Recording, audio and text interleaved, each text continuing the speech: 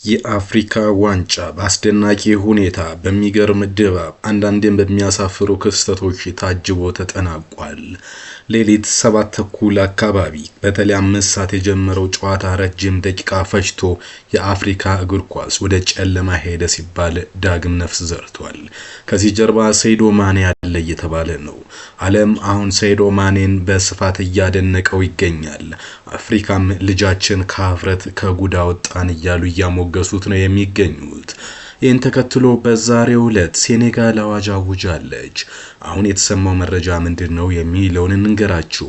ለመሆኑ እናንተ የአፍሪካ ዋንጫን እንዴት አያችሁት? ሴኔጋል ከሞሮኮ አንፃር ዋንጫው ይገባት ነበር ትላላችሁ ወይ የሚለውን ሐሳብ አጋሩን።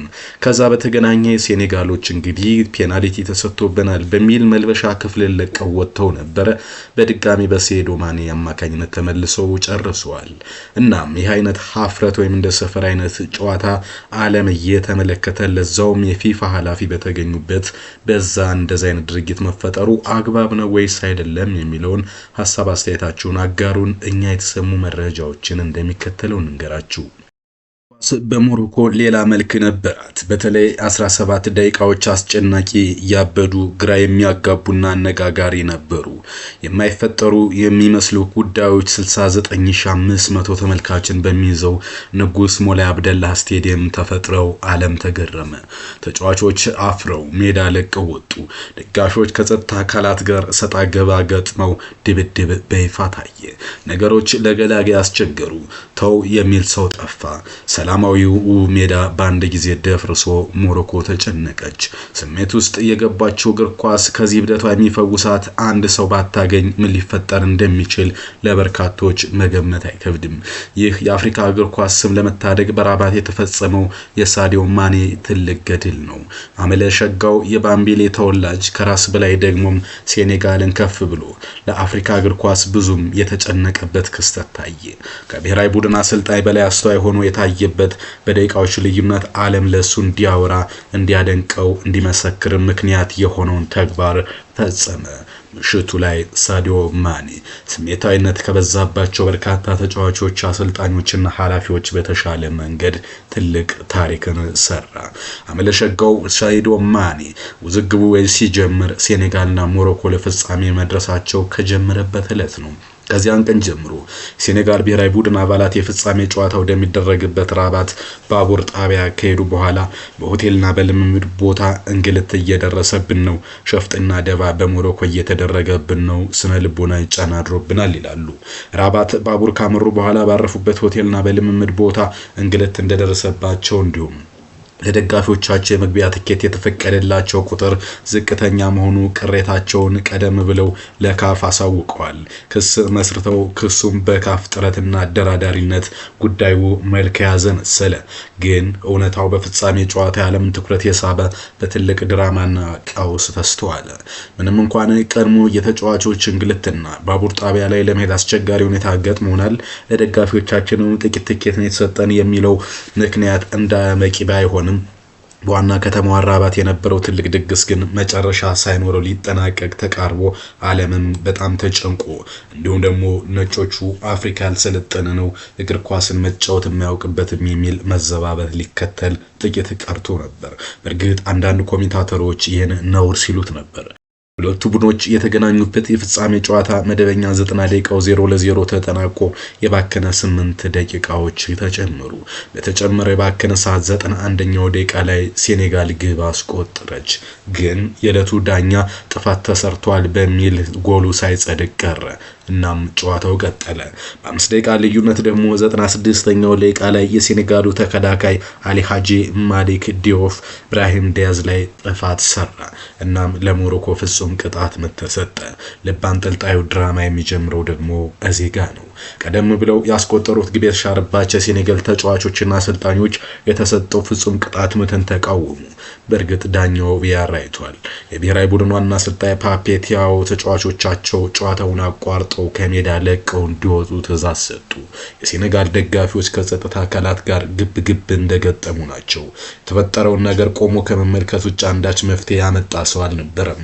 ሁሉም ግራ መጋባት፣ ድንጋጤና ማንን ማረጋጋት እንዳለበት ያልታወቀ ክስተት ነበር። ግን ብቻውን ሜዳ ውስጥ አንድ ሰው ነበር። ፈጥኖ ለመውጣትም አልተጣደፈም።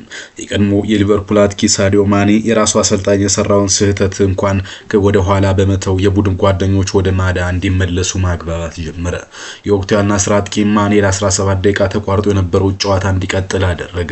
ወትሮም ቢሆን የሀገሩ እግር ኳስ ላይ እንከን የሚያጡትና ለማብጠልጠል ሰው የሚፈልጉት መገናኛ ብዙሃን በፍጥነት አፋቸውን እንዲይዙ ማድረግ ችሏል። አይደለም በአንድ ትልቅ የፍጻሜ ውድድር ላይ ለዚያውም የዓለም እግር ኳስ የበላይ ጠባቂ ተቋም ፊፋ ፕሬዝዳንት ጂያኒ ኢንፋንቲኖ ባሉበት ይቅርና በትንንሽ ጨዋታዎች እንኳን የማይሞከረው እንዲህ አይነቱ ተግባር መፈጠሩ አስደንጋጭ ነበር። ግን ምስጋና ለሳዲዮ ማኔ ይግባና የአፍሪካን እግር ኳስ ከጉድ ታድጎታል። እናም አፍሪካ ብቻም ሳይሆን ዓለም እያደነቀችው ነው። ምንም እንኳን የተቋረጠው ፍጻሜ በእንዲህ አይነት ሁኔታ መቀጠሉ አንድ ነገር ሆኖ ሳለ የሴኔጋል ብሔራዊ ቡድንና አሰልጣኝ ፓፔ ቲያው በዚህ ዘመን የትኛውም ነገር ቢፈጠር ተጫዋቾች ሜዳ ለቀው እንዲወጡ በዛ ልክ ስሜታዊ መሆኑ ፍጹም ስህተት ነው ተብሏል። ይህ የሀገሩን እግር ኳስ አሳልፎ እንደ መስጠትም ይቆጠራል በሚል ትችቶችን እያስተናገደ ይገኛል። በእርግጥ መጀመሪያኛ ፍጹም ቅጣት ምት ስለተከለከልን በኋላ ለኛም ሊሰጥብን አይገባም የሚለው በፍጹም ልክ አይደለም። ዳኛው መጀመሪያ በስተት እነሱን ከከለከላቸው በቀጣይም በስተት መከልከሉ አግባብ ነው ተብሎ አይታሰብም የሚል አስተያየቶችም እየመጡ ነው። በግዙፍ ስቴዲየም ያልጠበቁት የገጠማቸው የዕለቱ ዳኛ ለ17 ደቂቃ ተቋርጦ የነበረውን ጨዋታ ለማስቀጠል የሰጡትን ፍጹም ቅጣት ምት ማስመታት ግን ግዴታ ነበር እና ሳዲዮ ማኔ አግባብቶ በብዙ ሽምግልና ተጫዋቾች ተመለሱ። በስፔን የተወለደውና ለሞሮኮ የሚጫወተው ብራሂም ዲያዝ ፍጹም ቅጣት ምቱን ለመምታት ከኤድዋርድ ሜንዴ ፊት ለፊት ቆመ። እዚህ ጋር ሁለት ታሪክ አለ። አንደኛው ሞሮኮ ከ50 ዓመታት በኋላ ለመጀመሪያ ጊዜ ዋንጫ ጥማቷን ማስታገስ ነበረባት። እናም እሱ ደግሞ ዲያዝ ይህንን በመምታት ታሪካዊ ሌጀንድ መሆን ይፈልጋል። በሌላኛው ፊት ለፊት ኤድዋርድ ሜንዴ ደግሞ ይህንን ጎል በማዳን በሴኔጋል ታሪክ መስራት ይፈልጋል። እናም የሞሮኮን የ50 ዓመት ዋንጫ ማጣት ጥያቄ ለመመለስ ያወዛጋይ ፍጹም ቅጣት ምት መቆጠር ነበረበት፣ ግን አልሆነም። ኢብራሂም ዲያዝ ሳተው። ሀገሩን ዋንጫ ለማሳካት የተቃረበችበትን ፍጹም ቅጣት ምት ሳይጠቀምበት ቀረ። ድንጋጤ በሞሮኮ ስቴዲየም። 26 ዓመቱ ሪያል ማድሪድ አጥቂ በቅንጦት የመታት ፓኔንካ ሜንዲ እጅ ላይ በቀላሉ አረፈች። ጨዋታው ወደ ተጨማሪ 30 ደቂቃ መራ። በእነዚህ ደቂቃዎች ውስጥ ፓፔ ጉዬ የቴራንጋ አንበሶች አሸናፊነት ያወጀችና ሴኔጋልን ከሞት አፋፍ የመለሰች ግሩም ጎል አስቆጠረ። ከዛም ሌላ ድራማ ተከተለ። ድራማ የበዛበት የአፍሪካ ዋንጫ ፍጻሜ በሳዲዮ ማኔ አስተዋይነት ታግዞ ሴኔጋልን ሞሽሮ ደግሞም ለሀገሩ እግር ኳስ ሌላ ትልቅ የቤት ስራ ትቶ ቢያልፍም በርካቶች ግን ይህ ነገር መጨረሻው ምንድነው ወደሚል ሀሳብ አስተያየታቸውን እንዲሰጡ እያደረጉ ነው። በእርግጥ በዛ የተሻለ ምሽት የታየው በርካታ እንባዎች ታይተዋል፣ የደስታና የሀዘን። በሴኔጋል በኩል በርካቶች በደስታ ሲያነቡ ተስተውለዋል። በሞሮኮ በኩል በተለይ ኢብራሂም ዲያዝና አሽራፍ ሀኪምን ጨምሮ በርካቶችን ለማጽናናት ሲከብድ ነበር። የሆነ ሆኖ የአፍሪካ እግር ኳስ ዛሬ እጅግ አነጋጋሪ እየሆነ ነው። ሴኔጋል ይህን ተከትሎ አዋጅ አውጃለች። አፍሪካ ዋንጫ ሻምፒዮን መሆኗን ተከትሎ የዛሬው ዕለት እሁድ ብሔራዊ በዓል እንዲሆን አውጃለች። ሴኔጋል በሞሮኮ አስተናጋጅነት ሲካሄድ በቆየው 35ኛ አፍሪካ ዋንጫ አዘጋጇን ሀገር ሞሮኮን በማሸነፍ የውድድሩ ሻምፒዮን ሆናለች። ድሉን ተከትሎ በዋና ከተማዋ ዳካርና በተለያዩ የሀገሪቱ አካባቢዎች ሴኔጋላውያን ደስታቸውን እየገለጹ ነው። የቴራንጋ አንበሶች ላስጨራሽ በነበረው የፍጻሜ ጨዋታ ሞሮኮን በማሸነፍ በታሪካቸው ለሁለተኛ ጊዜ የአፍሪካ ሻምፒዮን መሆን ችለዋል። ሴኔጋል በፈረንጆቹ 21 የተዘጋጀውን 30ኛ አፍሪካ ዋንጫ ባነሳችበት ወቅት የወቅቱ ፕሬዝዳንት ማኪ ሳል በተመሳሳይ ብሔራዊ ድል ማወጃቸው የሚታወስ ጉዳይ ነው። አሁን የአፍሪካ ዋንጫ ግን አነጋጋሪነቱን ስሜታችንን መቆጣጠር አለብን። ይህ ደግሞ ነውር ነው፣ በዓለም ፊትም ያሳብቀናል። ምክንያቱም ሚሊዮኖች በቀጥታ ስርጭት እየተከታተሉ ነው። ከዚህ ልንማርበት ይገባል የሚል ሀሳቦች እየተነዘሩ ይገኛሉ። ለማንኛውም ያሁኑ በቃ ጥምቀት በዓል የምታከብሩ መልካም በዓል እንዲሆንላችሁ ተመኘው።